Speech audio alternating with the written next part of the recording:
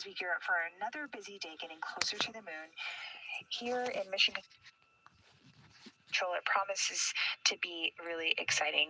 For now, let's take a look back at Flight Day 4. Here are your mission highlights.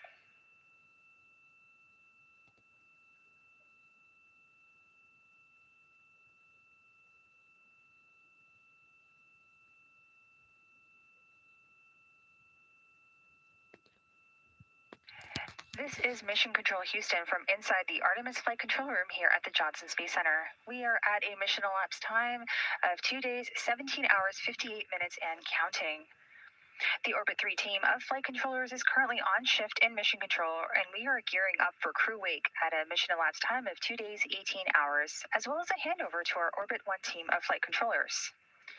The Orion spacecraft is currently 168,000 miles and counting away from Earth and 110,000 miles away from the Moon. While the crew has been asleep, we have received some downlinked images from Integrity, so let's take a look at them. Here we can see Commander Reed Weissman through Orion's window. We can see him looking out, watching the Earth grow smaller, and we're all reminded that every single giant leap begins with leaving something familiar behind. Let's go over to our next image, and there we have Mission Specialist Christina Cook, looking at our blue marble that's giving us some perspective on humanity's innate need to explore. Very inspirational photos coming down from the crew while we wait for them to wake up in just under a minute from now. For now, this is Mission Control Houston. Good morning. There's a couple items I did want to talk with you before we got too much of it going, so if you had a couple minutes, I had a few big picture words.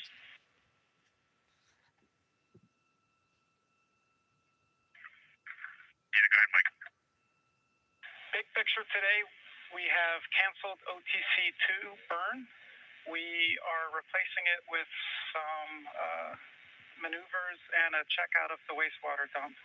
So at 18... I want to know what it feels like to love number 5, but I'm worried about my eyes looking we're even going to longer. maneuver Thankfully, number 5 works differently, so there's a much... sun onto that wastewater vent line. We have increased the heater temperatures on the nozzle and the lines themselves. And we're hoping that if the problem is the freezing of the vent lines, why we couldn't do the wastewater dump last night, then this will give us a chance to see if we were able to solve that. This is Artemis Mission Control. Mission elapsed time, 2 days, 18 hours, 45 minutes into the flight of Artemis 2, the first flight of humans aboard the Orion spacecraft. You're getting a live look outside Orion right now. The teams are maneuvering the spacecraft in the solar array wings.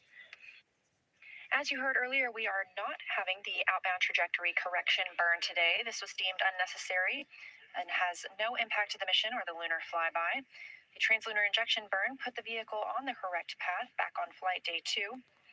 And therefore, the team at Mission Control agreed that we could skip both outbound trajectory correction burn 1 as well as that second burn today.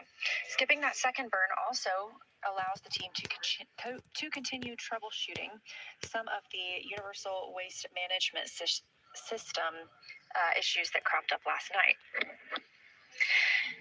There was a wastewater dump planned last night, a very routine and regularly scheduled action, and it terminated after only dumping 3%.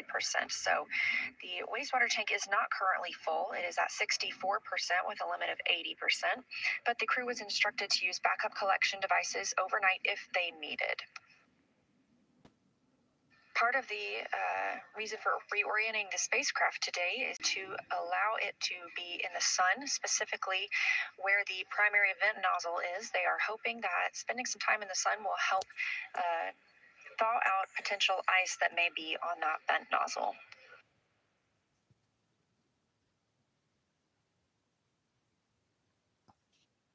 Meanwhile, inside the Orion spacecraft, our crew just woke up. That wake up coming at 11:35 a.m. Central Time.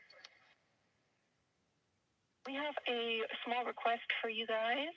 With this attitude that we're using for the bakeout, we're getting the sun on the window shades, and we're a little worried about them heating up too much. We would like to request that you please remove the window shades. We understand that will make it awfully bright for you guys, and we want to encourage you to use a t-shirt in the cabin or something similar if needed to block out that sunlight. But the shades will help us with the temperature constraint on the windows.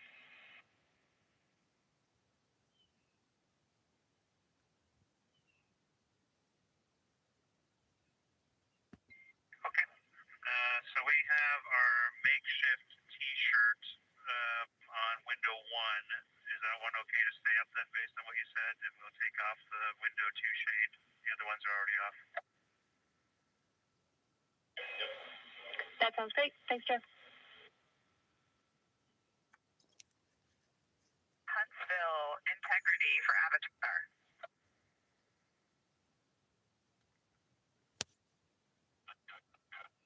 And integrity, Huntsville's with you.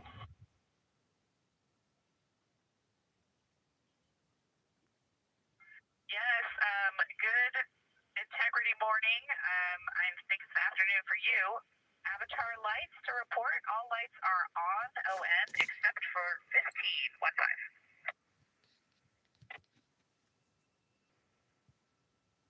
You recently heard a call from NASA astronaut Christina Cook, mission specialist on the Artemis 2 flight, down to the Mission Control Center at Marshall.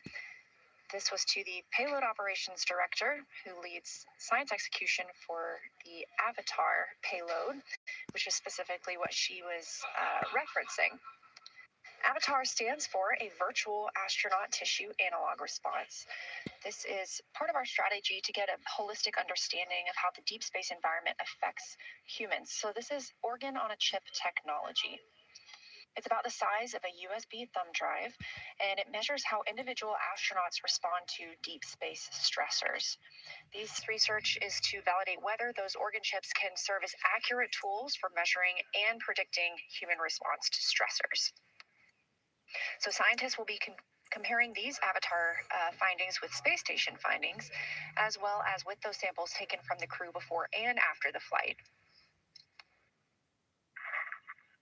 Hello, Houston. We are ready for morning DPC. Just a few things. We heard a rumor up here that it is actually Saturday back on Earth. We have definitely lost track of the days. We are showing 151,476 nautical miles from Earth, and it's going up about 1 mile every second, which is still a pretty impressive rate of travel. And thanks to your ops down there, we have got the sun beaming in all the windows. Morale is high on board. Just a truly remarkable sight. We are ready to talk.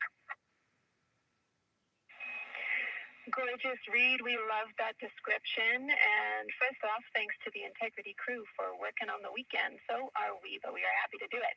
I want to start by asking if you would like to turn on the HHP camera for DPC, because if so, we'd love it.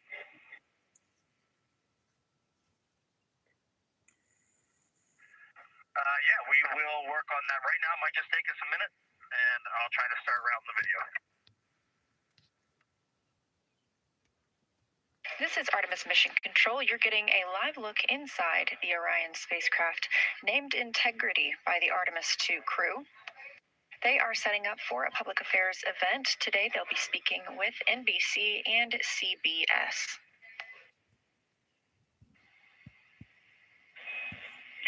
Integrity, this is Houston. Are you ready for the event?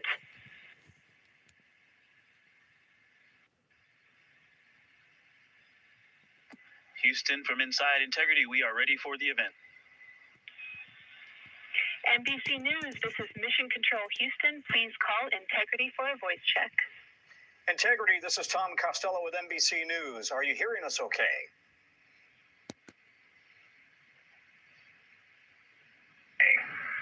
Hey, Tom, it's great to hear your voice all the way up here, 155,000 nautical miles from Earth. How are you doing? I'm well. Congratulations on your mission so far. I'm told this is the farthest interview ever conducted in history, and I'm wondering, how does it feel right now to be in a place that nobody has been since 1972?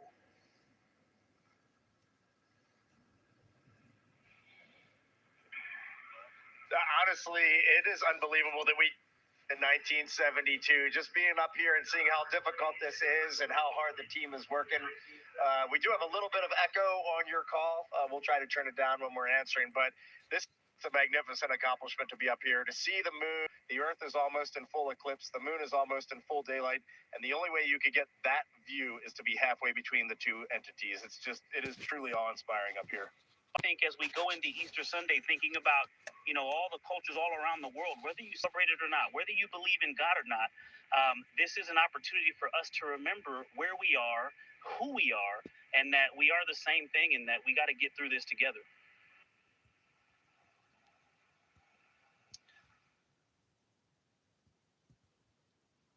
This is Artemis Mission Control at Johnson Space Center in Houston, Texas. We have now reached exactly 3 days since the launch of Orion.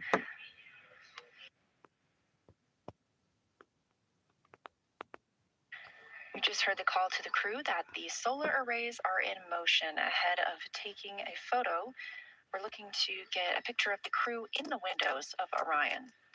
Photos are the priority of this event, so we'll stand by to see if we still have streaming, but regardless, we'll be very excited to share those photos with you as soon as we possibly can. Make sure you follow NASA and NASA Artemis on all social media. That would be at NASA and at NASA Artemis. Integrity Houston, our saws are in position to take this family portrait. So sometime in the next few minutes, we'd love to invite you to the windows to get it done. Thanks.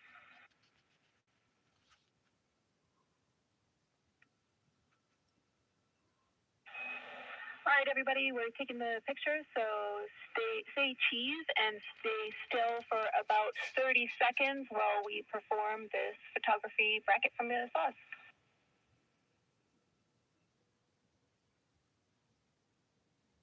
Okay, we'll freeze in 3, 2, 1, mark. The Integrated Communications Officer, or INCO, is helping take this picture of the crew aboard the Orion spacecraft, now all smiling in the windows of the place they've called home. We've had some great views both inside the spacecraft as well as outside, but this is the first time that we're getting to see the crew and the spacecraft in the same photo. As mentioned previously, we are taking pictures right now, so the streaming quality isn't as great. We look forward to sharing these pictures as soon as we possibly can, and make sure you follow NASA and NASA Artemis on social media. It's taken a little longer than we thought. Thanks for holding. All right, everybody can relax. That was great. Thank you so much. We all look forward to getting your Christmas card come December. Thanks. On your screen, a live view of the Orion spacecraft looking at the moon, our destination, now 96,575 miles away.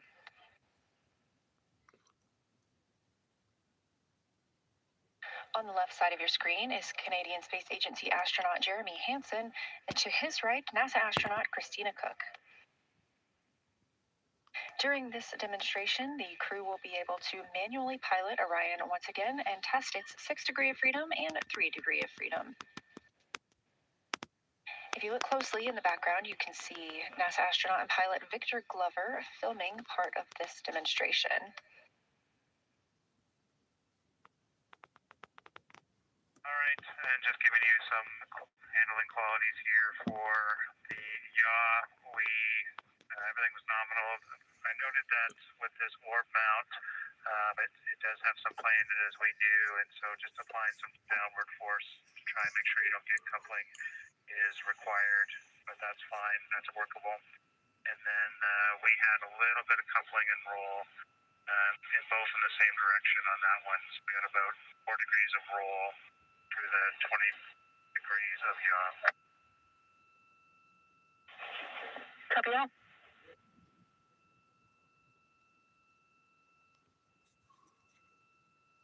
Okay, we just finished the 3-DOF maneuvers. The rates all seem the same, the response seemed the same. It is difficult to tell whether you might be might have some cross coupling from the RHC or if it's from the vehicle, but we were pretty convinced in the last roll one that the coupling that showed up, which was 4 degrees, was coming from the vehicle and not the RHC. So the vehicle overshot by 7 degrees once it was released from the yaw left, and then it built up very slowly, built up a rate, and it looks like it's trying to take it back to where the RHC was released, but it's overshooting again.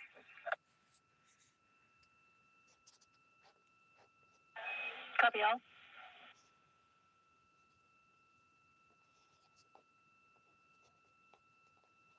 And Jenny, we're going to switch pilots now. This will be myself in the seat and making comments. Copy, we're following the swap. Thank you. And currently on your screen, you can see CSA astronaut Jeremy Hansen and NASA astronaut Christina Cook swapping places as they continue through the manual piloting developmental flight test objective. Again, they are performing several different attitude maneuvers to compare 6 degrees of freedom and 3 degrees of freedom as spacecraft moves. There are 3 translational degrees of freedom, forward, backward, up and down, and left and right, and 3 rotational degrees of freedom, which are roll, pitch, and yaw. Okay, I'm going to make a comment on the pitch up. There was some roll there. I tried a different technique where I actually kind of held the orb mount at the high end of its play rather than pressing down at the low end since I was pitching up. But I think that actually made it a little bit harder to keep the roll coupling out. So for pitch down, I'll go ahead and hold it at the bottom of its play. So in this, again, in the direction, in this case, of the pitch. Copy all. And Houston, we have some Earth and Moon viewers here who are putting in requests for different motions so that they can see things in the window. We're seeing them in the camera views and we're enjoying it. Look at those scientists go.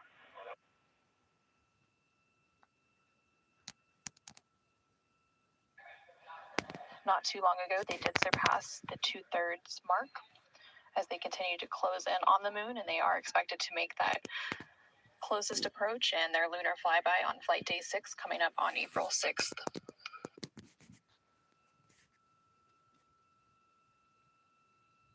Absolutely. One of the neat things that I'm seeing right now is in the sort of largest Mare field, the one that sort of makes up most of the very western side of what you can see on the near side. There is a giant, it's much more obvious now that one of those Mares is a huge basin because it's just right now, it's kind of a 1 o'clock position. And I don't know the name of that big one. It's basically just west of where Seriatatis and Tranquillitatis are, but it is phenomenal. And the moon we are looking at is not the moon you see from Earth whatsoever.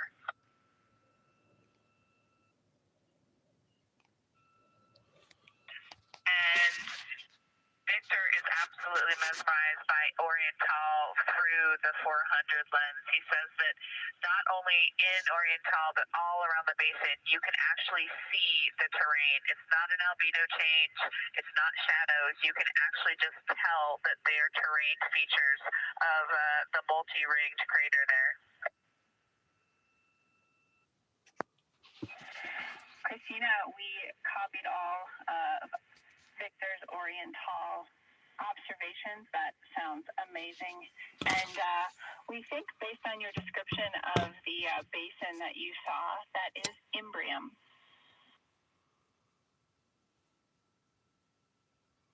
Yes, that sounds right. I've never noticed that Imbrium has such a distinctive high albedo ring defining it. Also worth mentioning, we do apparently have a full moon. We can't detect any terminator at all. It looks like full limb all the way around. And Jackie, we got Jeremy on there just for a minute before his PAO event. He's just got to look at this. As soon as I put my hands on the 400, it's just You know I'm not one for hyperbole, but it's the only thing I could come up with. Just seeing Tycho, there's mountains to the north. You can see Copernicus, Rainier Gamma. It's just everything from the training, but in 3 dimension and absolutely unbelievable. This is incredible. Kathy Moonjoy. And Houston, I can tell you that Christina now has the 400 millimeter, and she also is the queen of hyperbole. It's incredible. Wow. Kathy, Christina doing her best read impression at the window. Yeah, I just wanted to make one kind of correction to what I mentioned before. I do think that we have a terminator. It is on the far western edge. It's not actually a limb. It's on the terminator all along what is basically almost in the same places where you would imagine the limb to be. But it's very high albedo as you would expect from the far side, and you can see the topography all along the terminator. It's awesome. Houston, integrity for altitude. With that incredible viewing behind us of our destination in the near term, we hereby change our DU PFD altitude reference from Earth to Moon. We are currently 76,362 nautical miles from the moon. Houston, copies.